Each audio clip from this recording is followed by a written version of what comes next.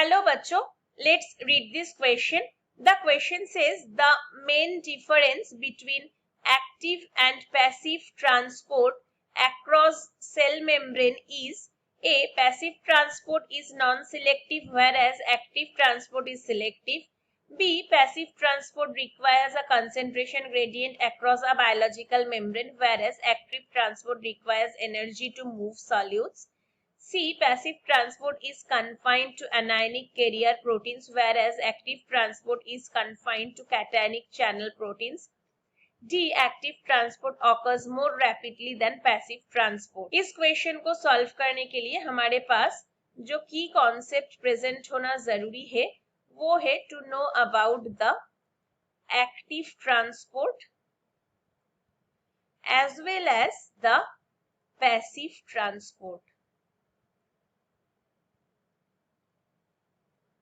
Active transport पे क्या होता है, ये एक एनर्जी डिपेंडेंट प्रोसेस है,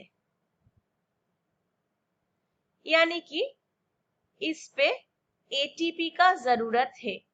और ये पैसिव ट्रांसपोर्ट एनर्जी इंडिपेंडेंट यानी कि no need of any ATP.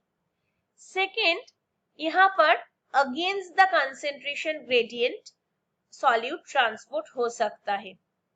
Against concentration gradient solute can pass. Solute can pass. किसको पास करेगा? जो बायोलॉजिकल मेम्ब्रेन है. एटीपी यूज हो रहा है तो कंसेंट्रेशन ग्रेडियंट के उल्टे तरफ भी हो सकता है, लेकिन पैसिव ट्रांसपोर्ट जो है वो ऑलवेज कंसेंट्रेशन ग्रेडियंट के तरफ ही होगा. Always happens in favour of concentration gradient. Concentration gradient.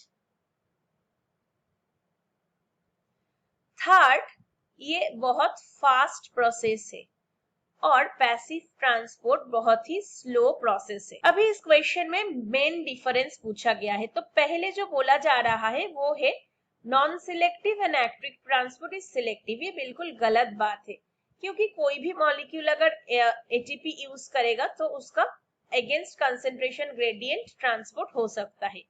B पे बोला जा रहा है कि passive transport requires a concentration gradient along a biological membrane whereas active transport requires energy to move solid. ये बिल्कुल सही है.